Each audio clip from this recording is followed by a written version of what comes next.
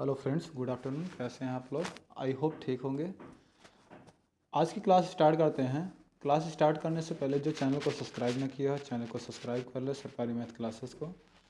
इसमें आपको आज प्रीवियस ईयर पेपर सीटेट का प्रीवियस ईयर पेपर 2019 का जो पेपर हुआ था उसकी आज प्रैक्टिस सेट कराया जाएगा, जिसमें आपके मैथ के 30 क्वेश्चन जो होते हैं उस 30 क्वेश्चन को आज हम आपको सॉल्व कराएंगे कि जो 30 क्वेश्चन आपके जो आते हैं वो कौन कौन से आते हैं। ठीक है, चलिए स्टार्ट करते हैं। देखें, सीटेड प्रीवियस ईयर पेपर जो स्पेशल मैथ का है उसी का आपका कराना है। चलिए पहले क्वेश्चन में चलते हैं। क्वेश्चन को स्टार्ट करने से पहले एक मोटिवेशन से स्टार्ट करते हैं। सपने उनके पूरे नहीं होते जिनके बाप बड़े होते हैं। सपने उनके पूरे नहीं होते जिनके बाप बड़े होते हैं। सपने उनके पूरे होते हैं जो जिद पर अड़े होते हैं। ठीक है, सपने उन्हीं के पूरे होते हैं जिन्होंने सोच लिया है कि इस बार हमें सफलता लेना है तो लेना है, एनी हाउ कैसे भी। ठीक है, तो सफलता उन्हीं को मिलती है। चलिए नेक्स्ट देखिए, आगे की तरफ चलते हैं। सेशन को स्टार्ट करते हैं। जो आपका 8 दिसंबर 2019 का सीटेट का पेपर हुआ था उसी का आज आपको क्वेश्चन करवाया जाएगा। जो आपके मैथ के पूछे गए 30 क्वेश्चन, उस 30 क्वेश्चन को आपको कवर कराया जाएगा। ठीक है, चलिए स्टार्ट करते हैं। पहला क्वेश्चन, इसमें दिया गया 3 ब्रांड ए, बी और सी के पेन क्रमशः 10, 12 और 24 के पैकेटों में उपलब्ध हैं। यदि एक दुकानदार को 3 प्रकारों के पेन सामान्य संख्या में खरीदने हैं तो उसके द्वारा खरीदे जाने वाले पैकेटों की न्यूनतम संख्या क्या होगी। ठीक है, इसमें न्यूनतम संख्या की बात कर रहा है, ध्यान देना। तो इसमें क्या हो जाएगा, जल्दी से बताइए। इसका सही आंसर क्या हो जाएगा, जल्दी से बताइए भाई फटाफट। आज क्वेश्चन में ज़्यादा टाइम नहीं लिया जाएगा क्योंकि पिछली क्लास में ज़्यादा समय लग गया था, इसलिए इस क्लास में ज़्यादा समय नहीं दिया जाएगा। ठीक है, तो थोड़ा सा आप लोग फ्लो में करिए तेज़ी से। अब बताते चलिए क्या होगा। इस टाइप के जब क्वेश्चन आ जाते हैं तो उसमें क्या करना पड़ता है, न्यूनतम की बात कर रहे हैं यानी कि एलसीएम की बात कर रहा है। 10, 12, 24 का एलसीएम क्या हो जाएगा, 10, 12, 24 का एलसीएम कितना हो जाएगा, 120 हो जाएगा। ठीक, तो आपसे पूछ रहा है ए बराबर क्या हो जाएगा, बी बराबर क्या हो जाएगा, सी बराबर क्या हो जाएगा। अब एक बार आप 10 से भाग करोगे 120 में कितना आ जाएगा, 12। 12 से भाग करोगे इसमें कितना, 120 में कितना आ जाएगा, 10। 24 से भाग करो कितना आ जाएगा, 24 पंचे 120। यानी कि ए बराबर कितना आना चाहिए, 12, बी बराबर 10, सी बराबर 5। यानी कि आपका डी ऑप्शन सही हो जाएगा। यानी कि A is equal to 12, B is equal to 10, C is equal to 5। तो न्यूनतम की जब बात करेगा, कहने के ये मतलब दिया कि ये इस टाइप का क्वेश्चन जो मैंने आपको कराया था कि क्या नाम है, ऐसे टाइप क्वेश्चन कराया था ना कि अगर आपका 10 A is equal to 12 B is equal to 24 C, अगर इस टाइप के क्वेश्चन आ जाते हैं तो इनमें क्या करना पड़ता है, तीनों का एलसीएम ले लोगे, फिर इससे भाग करोगे तो ए की वैल्यू निकलेगी, इससे भाग करोगे तो बी की वैल्यू निकलेगी, इससे भाग करोगे तो सी की वैल्यू निकलेगी। तो इसी तरीके से आप इस क्वेश्चन को सॉल्व कर सकते हैं। तो इसका सही ऑप्शन कौन सा हो जाएगा, डी ऑप्शन, यानी कि चौथा ऑप्शन। ठीक, चलिए नेक्स्ट देखते हैं। 32 नंबर क्वेश्चन देखिए, एक वर्ग की भुजा 4 सेंटीमीटर, इससे काट कर 4 बराबर वर्गों में विभाजित किया गया है। प्रत्येक छोटे वर्ग का क्षेत्रफल क्या होगा, ये आपको बताना है। इसका बताइए क्या हो जाएगा।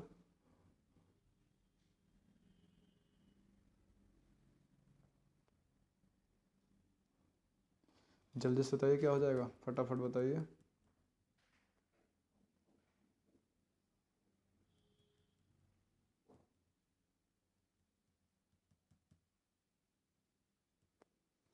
देखो, भुजा कितना दिया गया, 4 सेंटीमीटर।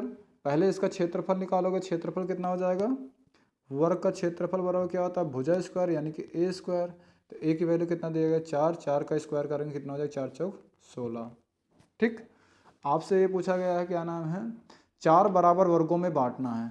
तो 4 बराबर वर्गों में बांटना है तो 4 से भाग कर दो, कितना हो जाएगा, 4 चौक 16। यानी कि आपको कितना आ जाएगा, 4 सेंटीमीटर स्क्वायर, यानी कि ए ऑप्शन सही हो जाएगा। ठीक, चलिए 33 नंबर क्वेश्चन देखो। निम्नलिखित में से कौन सा कथन सही नहीं है, इसमें से बताइए 33 में आपको कौन सा सही नहीं है।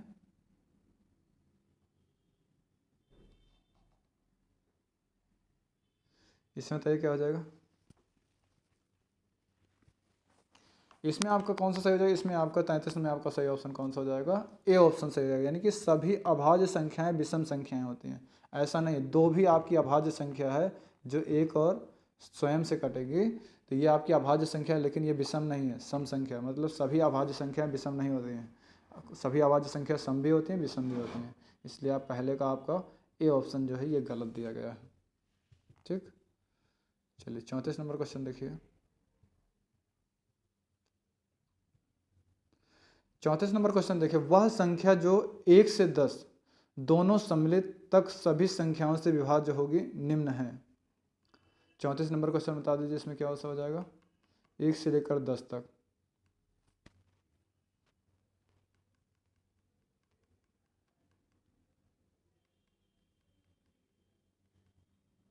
बताइए। 1 से लेकर 10 तक दोनों सभी सम्मिलित तथा तक सभी संख्याओं से विभाज्य होगी, वह संख्या को बताना है। तो जब आपको इस टाइप का क्वेश्चन आ जाएगा तो उसमें क्या करना पड़ता है, सिर्फ आपको एलसीएम लेना पड़ता है बस। 1 से लेकर 10 तक संख्या लिखना है, 2 3 4 5 6 7 8 9 और आपका लास्ट 10। इसका आप एलसीएम निकाल लेना बस। इसका एलसीएम निकाल लोगे, जो आएगा वही आपका आंसर होएगा, यानी कि आपका सही ऑप्शन डी ऑप्शन हो जाएगा। यानी कि 1 से लेकर 10 तक अगर आप एलसीएम निकालोगे तो आपको आ जाएगा 2520। एलसीएम निकालने के लिए तरीका मैंने बहुत बार बता दिया है, तो इसको आपको आ ही जाना चाहिए। ठीक है, चलिए नेक्स्ट देखिए 35 नंबर। आयशा के पास केवल 5 रुपये और 10 रुपये के सिक्के हैं। यदि उसके पास सिक्कों की कुल संख्या 25 और 160 का धन है, 160 रुपये का धन है, तो उसके पास 5 रुपये और 10 रुपये के सिक्कों की संख्या कितनी होगी ये आपको बताना है। जल्दी से बताइए।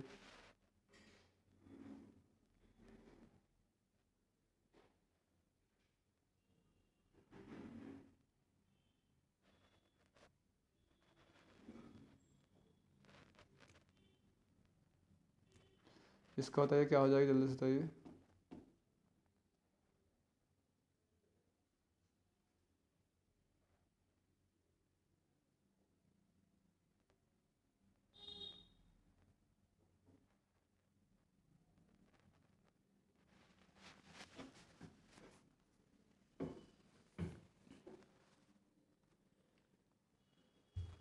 पैंतीस नंबर जल्दी से बताइए फटाफट भाई।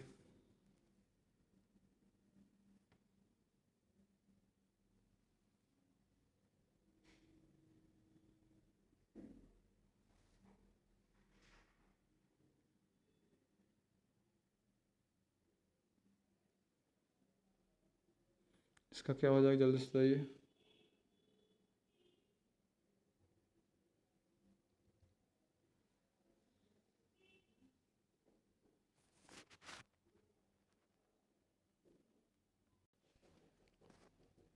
चलिए देखिए इसको कैसे होगा। देखो इसमें 5 रुपए के सिक्कों की संख्या आपको नहीं पता है, तो आज इसमें क्या करोगे, 5 रुपए के सिक्कों की संख्या आपने मान लिया x। ठीक है, 10 रुपए के सिक्कों की संख्या आपको नहीं पता है, 10 रुपए के सिक्कों की संख्या आपने मान लिया कितना y। और इन दोनों का योग कितना दे दिया गया, मान लीजिए 25 ये दिया गया है।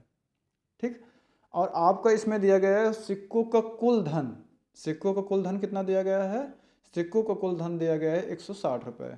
यानी कि 5 रुपये का अगर x देखो एक सिक्के तो यानी कि 5x हो जाएगा, और 10 रुपये का y सिक्के यानी कि y हो जाएगा, 10y हो जाएगा, इज इक्वल टू कितना हो जाएगा 160।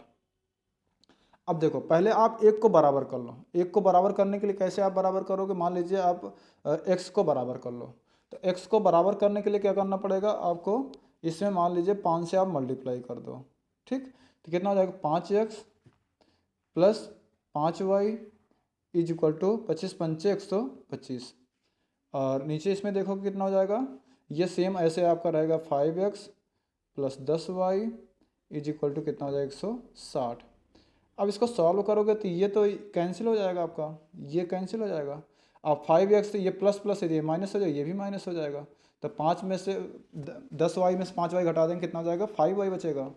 5y इज इक्वल टू 125, 160 ये दिएगा, 160 में से 125 घटा दो कितना हो जाएगा 35 आ जाएगा। तो अब y बराबर निकालोगे तो इसको भाग कर दोगे कितना हो जाएगा 5 सत्ते 35।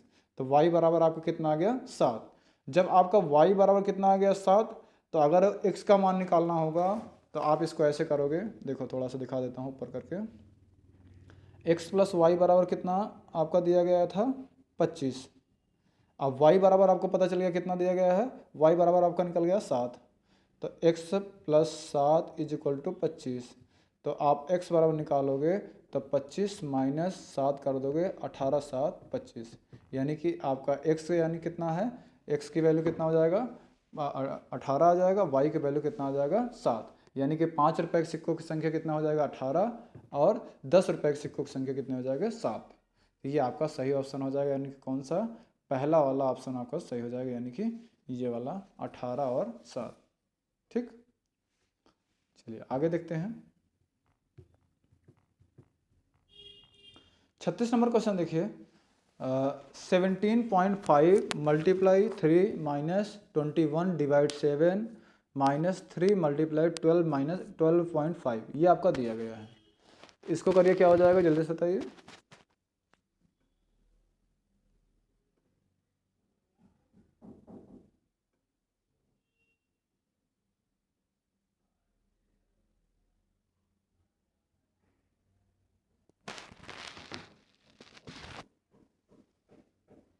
देखो इसको कैसे करना है मैं आपको बता देता हूँ, आप कर लीजिएगा अपने आप से, ठीक है।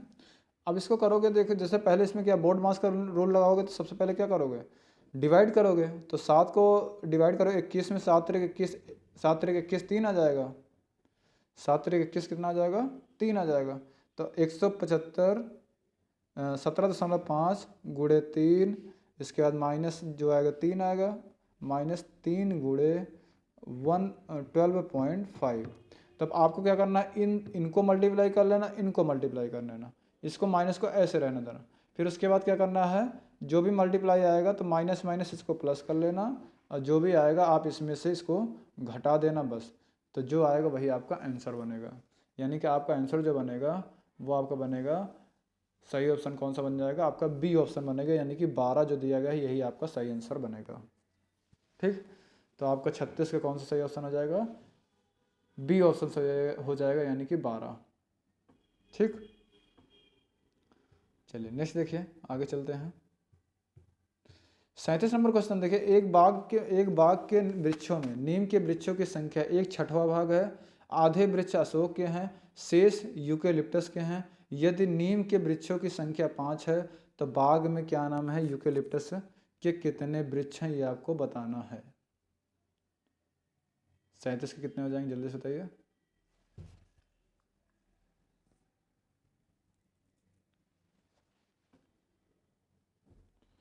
जल्दी से बताइए इसका कितना हो जाएगा। देखो आपको इसको समझाता हूँ, इसने मतलब नीम के वृक्षों की संख्या का 1/6 भाग है, यानी कि 1/6 भाग मतलब, और इसमें क्या नाम है, वृक्षों की संख्या, नीम के वृक्षों की संख्या 5 है, तो छठा भाग कितना हो जाएगा, यानी कि टोटल कितना हो जाएगा 1/6 का अगर 5 दिया गया तो 5 6 30 हो जाएगा ना टोटल।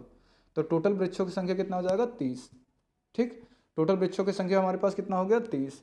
अब उससे ने बताया आधे वृक्ष अशोक के हैं, तो इसके आधे वृक्ष किसके हैं, अशोक के, यानी कि 15 हो जाएंगे प्लस। अब उसके बाद ये बताया शेष जो बचे हैं, शेष आपके कितने हैं, शेष आपके यूकेलिप्टस के हैं। देखो इसमें आपको क्या दिया गया, श्याम देखिए ध्यान से तभी से आपको, ठीक है ध्यान से देखिएगा समझ में आएगा। देखो 15 वृक्ष इसमें किसके आ जाएंगे आपके, जैसे 1/6 भाग का आपको बता दिया क्या नाम है, नीम के वृक्षों की संख्या दिया गया है। अब उसके बाद क्या नाम है, आधे जो आपके दिए गए अशोक के हैं, यानी कि 15 आपके पास किसके हैं, अशोक के, और 5 नीम के वृक्षों की संख्या कितना दिया गया है 5, तो यानी कि 5 और इसमें प्लस हो जाएगा, यानी कि कितना हो गया 20। तो आपके पास टोटल वृक्षों की संख्या 30 है, तो शेष यूकेलिप्टस के कितने वृक्ष बनेंगे, तो 30 में से आप 20 घटा दो कितना बचेंगे, 10 आपके यूकेलिप्टस के वृक्ष बचेंगे। तो आपका सही ऑप्शन कौन सा हो जाएगा, आपका बी ऑप्शन सही है, यानी कि 10। ठीक, बाकी इसको डिटेल में भी करना चाहो कर सकते हो इसका, लेकिन ऐसे ही कर लेना, कोई दिक्कत नहीं है। ठीक है, चलिए नेक्स्ट देखते हैं। 38 देखिए, एक रेलगाड़ी दिल्ली से 29 अगस्त 2019 को 16:30 बजे प्रस्थान करती है और अपने गंतव्य स्थान पर 31 अगस्त को 8:45 बजे पहुंचती है। तो आपको ये बताना है कि यात्रा का कुल समय कितना लगा, ये आपको बताना है। चलिए इसका बताइए।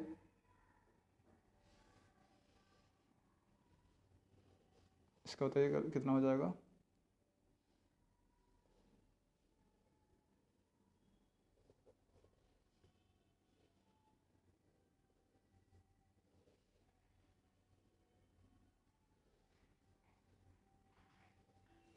जल्दी से बताइए क्या हो जाएगा इसका। 16:30 यानी कि 4 बजकर कितना दिया गया है, 30 मिनट शाम को, PM, इसकी बात कर रहा है।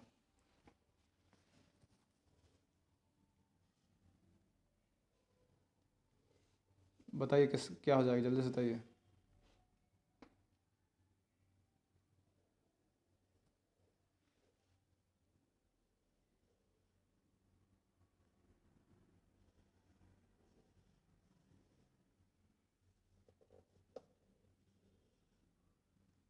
बताइए भाई कितना हो जाएगा, जल्दी से बताइए।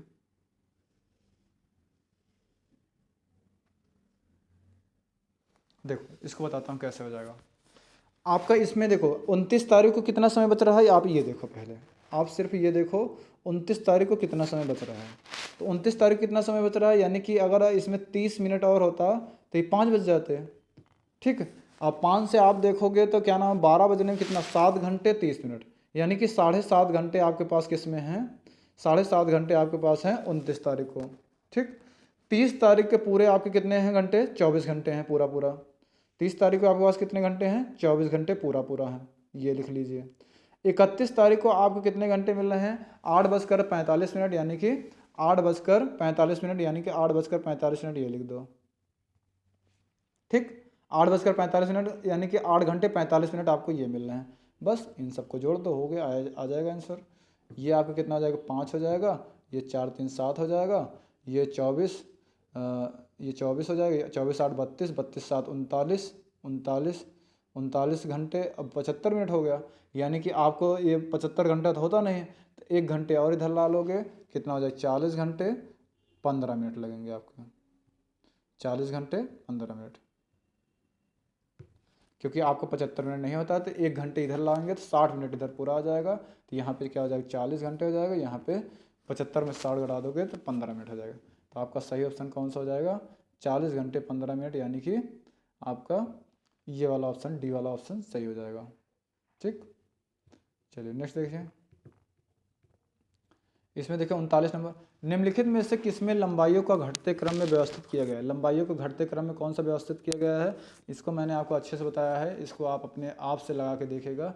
जो मैंने आपको बताया था कल हम देखेंगे मूवी, देख चुके मूवी, इसी के अकॉर्डिंग आपको करना है। तो ये आप ध्यान से देख लीजिएगा, आपको पता चल जाएगा। ठीक, तो आपका सही ऑप्शन कौन सा हो जाएगा, इसका 39 का आपका सही ऑप्शन हो जाएगा, चौथा ऑप्शन सही हो जाएगा। इसको आप डिटेल में एक बार लिख कर देख लीजिएगा। ठीक है, चलिए नेक्स्ट देखिए। 40 नंबर देखिए, एक 180 सेंटीमीटर लंबी तार को एक आयत का रूप दिया गया। यदि आयत की चौड़ाई 30 सेंटीमीटर है तो इसकी लंबाई क्या होगी, ये आपको बताना है। बताइए इसकी लंबाई क्या हो जाएगी, इसके बारे में आपको बताना है।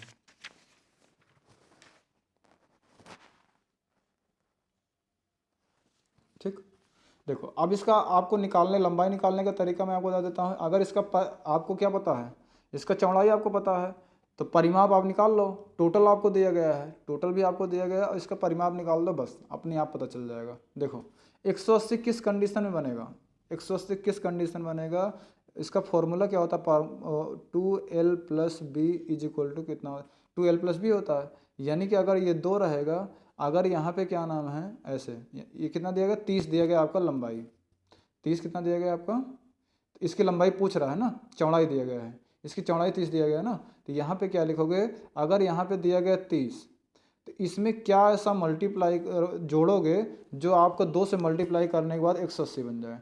तो सिंपल आप जानते हो, अगर इसमें 60 जोड़ देंगे तो 60 30 90 हो जाएगा, और 2 से मल्टीप्लाई कर देंगे तो 180 हो जाएगा बस। अगर आपको इस तरीके से करना है तो सिंपल ये समझ लीजिए। अगर आपको इस तरीके भी नहीं करना है तो मैं आपको डिटेल में करके दिखा देता हूँ। देखो डिटेल में अगर करेंगे तो ये हो जाएगा इस तरीके से। इसका योग कितना दिया गया, 180, तो 180 कर देना। ठीक, एल बी की वैल्यू दिया गया कितना, 30 दिया गया है, तो बी की वैल्यू 30 रख देना। एल की वैल्यू पूछ रहा है तो एल ऐसे रहने देना। इसको इधर लाओगे तो ये बटे में चला जाएगा, इसको भाग करो कितना हो जाएगा, 90। ठीक, l+30 बराबर कितना हो जाएगा, 90। तो l बराबर करोगे तो ये 90, ये -30 इधर आ जाएगा, तो 90 - 30 कर दो कितना आ जाएगा, 60 आ जाएगा। यही आपका आंसर हो जाएगा। ठीक, तो यही आपका 60 जो है यही आंसर बनेगा।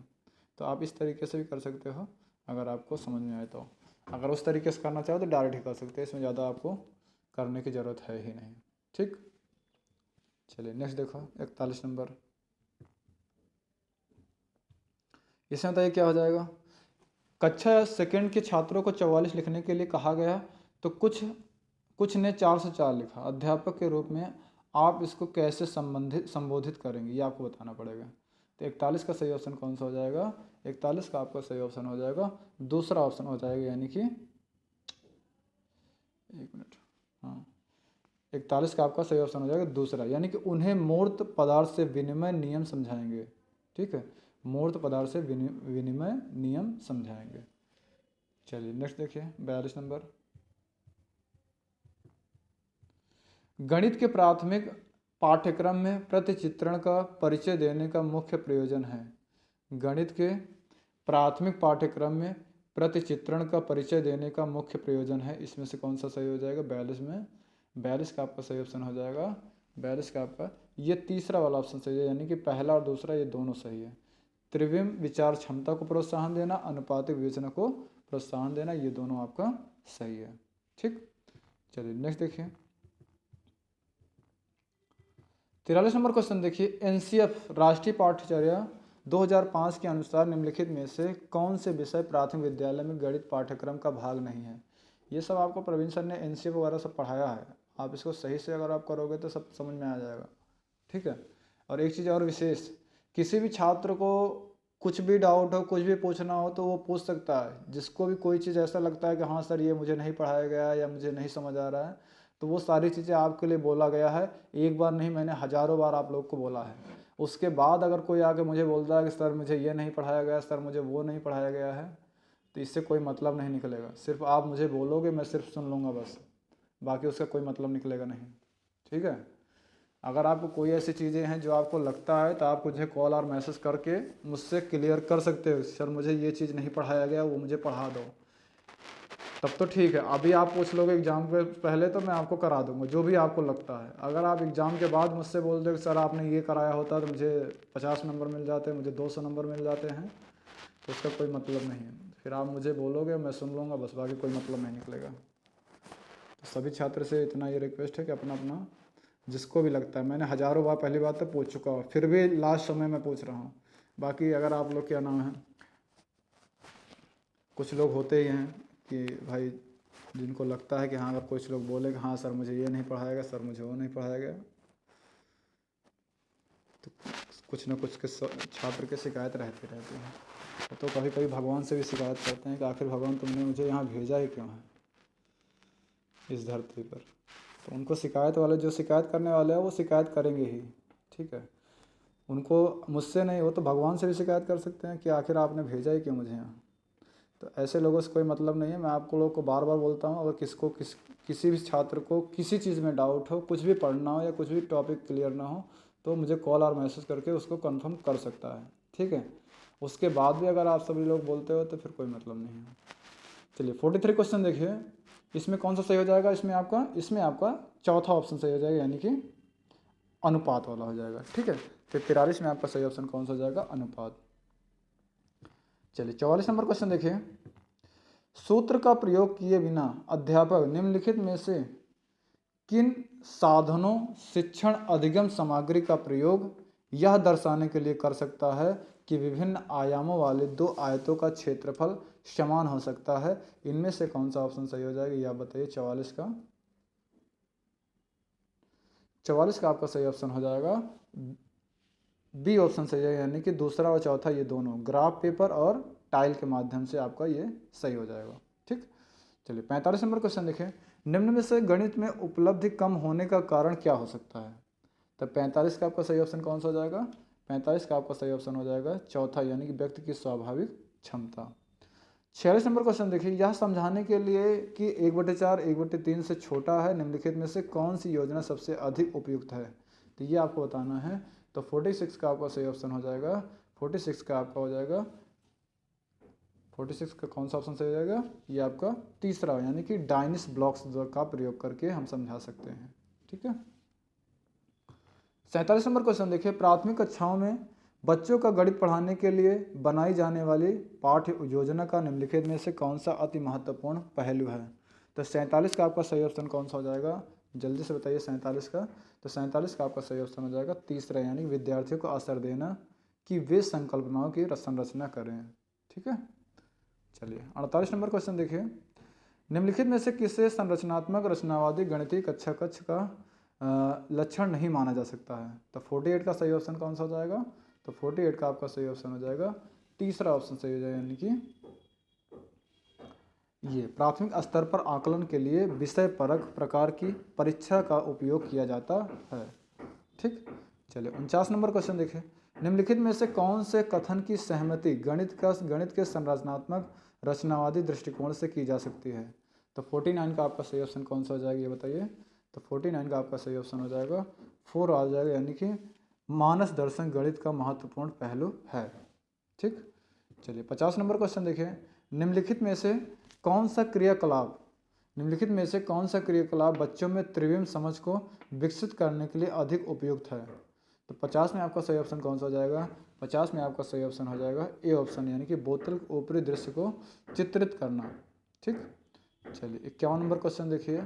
गणित के अधिगम से संबंध में निम्नलिखित में से क्या सही नहीं है? इसमें आपको 51 में बताइए कौन सा सही हो जाएगा। 51 में आपका सही हो जाएगा ए ऑप्शन, यानी कि गणित में उत्कृष्ट प्रदर्शन की प्रतिभा स्वाभाविक होती है। ठीक, चलिए 52 क्वेश्चन देखें। निम्नलिखित शाब्दिक समस्या के प्रकार को पहचानिए। इनमें से कौन सा सही हो जाएगा? 52 का आपका सही ऑप्शन हो जाएगा ए ऑप्शन सही हो जाएगा, यानी कि तुलनात्मक जमा। चलिए नेक्स्ट देखिए 53। हिंदू अरबी गणना प्रणाली के लिए निम्नलिखित में से कौन सा विकल्प सही नहीं है? हिंदू अरबी गणना प्रणाली के लिए निम्नलिखित में से कौन सा विकल्प सही नहीं है? तो 53 का आपका सही ऑप्शन कौन सा हो जाएगा? 53 का आपका सही ऑप्शन हो जाएगा तीसरा ऑप्शन सही है, यानी कि इसमें आधार 2 की प्रणाली का पालन किया जाता है।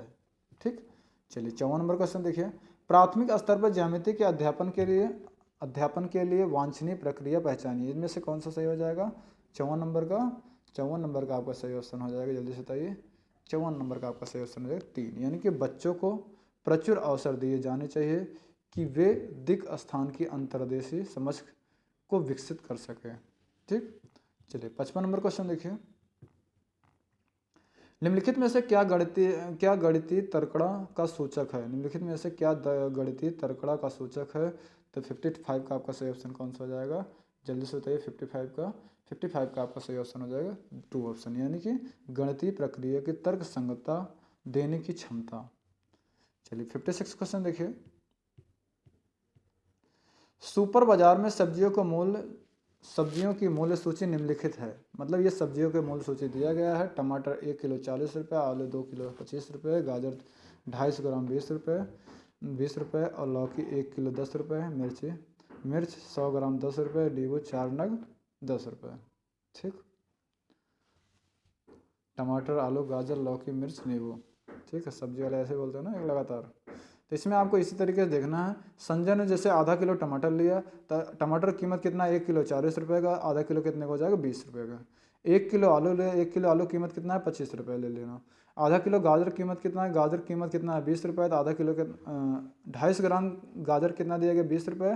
तो आधा किलो कितना हो जाएगा? 40 रुपये हो जाएगा। ठीक, 250 ग्राम मिर्च कीमत कितना दिया गया? 100 ग्राम का अगर क्या नाम है 10 रुपये है, तो 250 ग्राम कितना हो जाएगा? 25 रुपये हो जाएगा। ठीक, और 6 नींबू क्या नाम, 4 नींबू कितना दिया गया है?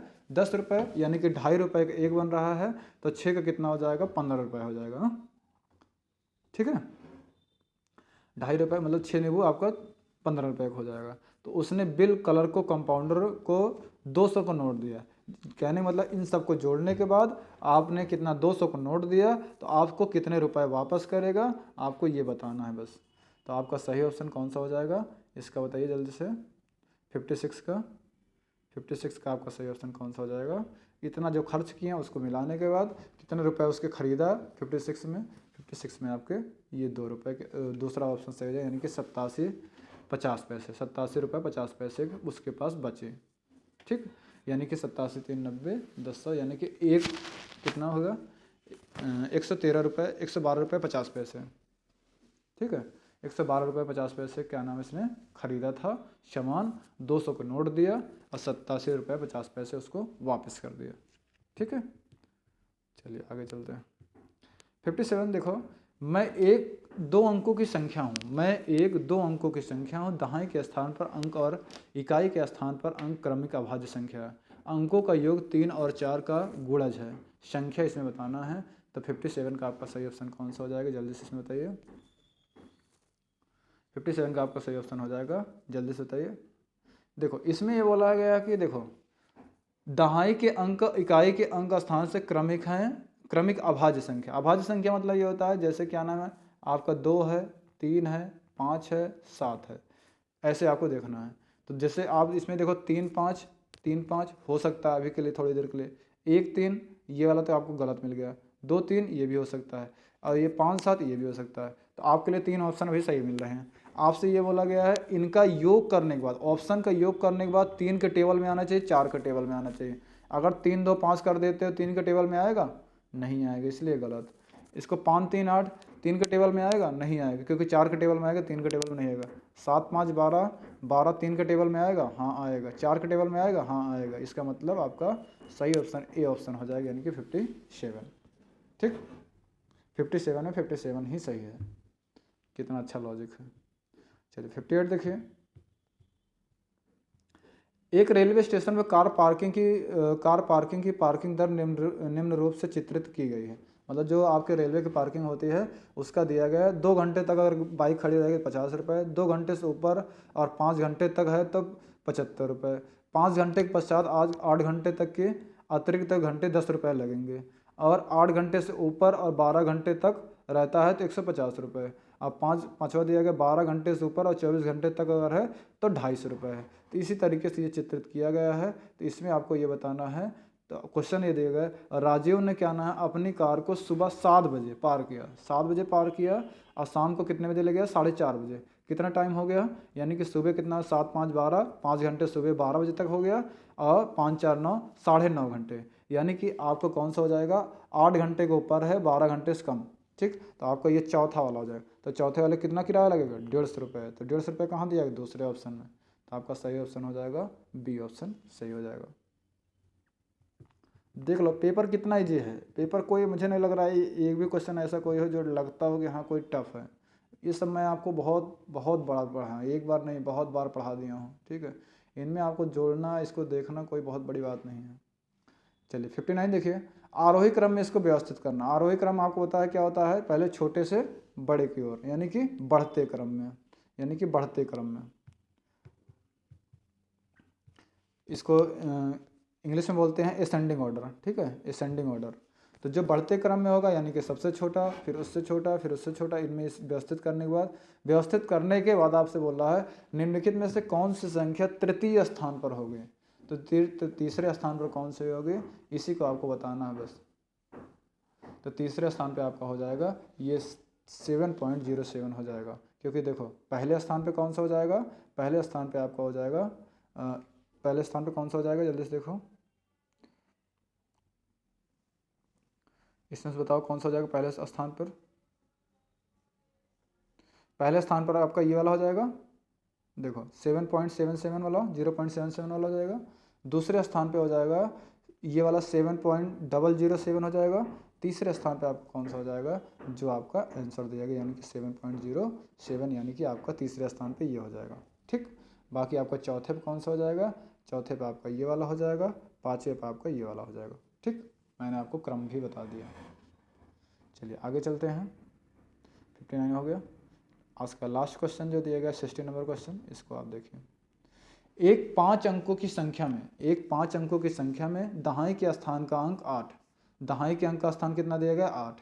ठीक है, दहाई के अंक का स्थान कितना दिया गया 8। तो इकाई के अंक का स्थान अंक दहाई के स्थान के अंक का 1/4 है। ठीक है, हजार के स्थान का अंक 0, और हजार के स्थान का अंक क्या है 0, तो आपको ये देखना है। और 100वें स्थान का अंक इकाई के स्थान का दुगना है, यानी कि जो इकाई से आपका सैकड़े पे आता है वो दुगना होना चाहिए, और 10वें हजार का अंक स्थायी स्थान का तिगुना होना चाहिए, यानी कि 2 3 6 होना चाहिए। तो आप देखो क्या नाम है, हजार पर 0 सिर्फ इसमें मिल रहा है, 1000 पे 0 ना इस पे मिल रहा है, ना इस पे मिल रहा है, ना इस पे मिल रहा है, तो अभी इस पे मिल रहा है। और इकाई के अंक पे 2 है तो सैकड़ा पे दुगना, यानी कि 2 दूनी 4, यानी कि 2 दूनी 4 करोगे तो सैकड़ा पे दुगना भी है। और 10,000 पे तिगुना होना चाहिए, यानी कि 2 3 6 तिगुना भी हो रहा है। इसका मतलब 2 गुणे 3 करोगे तो कितना आ जाएगा, 6 आ जाएगा। इसका मतलब आपका सही ऑप्शन कौन सा हो जाएगा, चौथा। तो जब इस टाइप के क्वेश्चन आ जाते हैं तो इसमें आपको सिर्फ इसी तरीके से करना है, जो आपके ऑप्शन है ऑप्शन उठाओ, उसी से आप चेक कर लो बस। और अपने आप से फालतू कोई लॉजिक लगाने की ज़रूरत नहीं है। फालतू लॉजिक लगाओगे तो उसका कोई बेनिफिट नहीं है। ठीक है, समझ आ गया नहीं?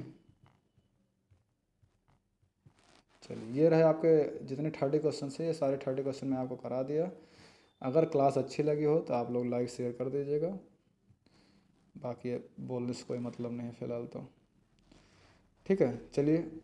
जो हमारे ऑनलाइन अलग से देख रहे हैं, अगर हमसे ऑफलाइन जुड़ना चाहते हैं तो ऑफलाइन इस नंबरों पर आप देख सकते हैं, इस नंबर पर कॉल और मैसेज कर सकते हैं। ठीक है, चलिए आज की क्लास के लिए बस इतना रखते हैं।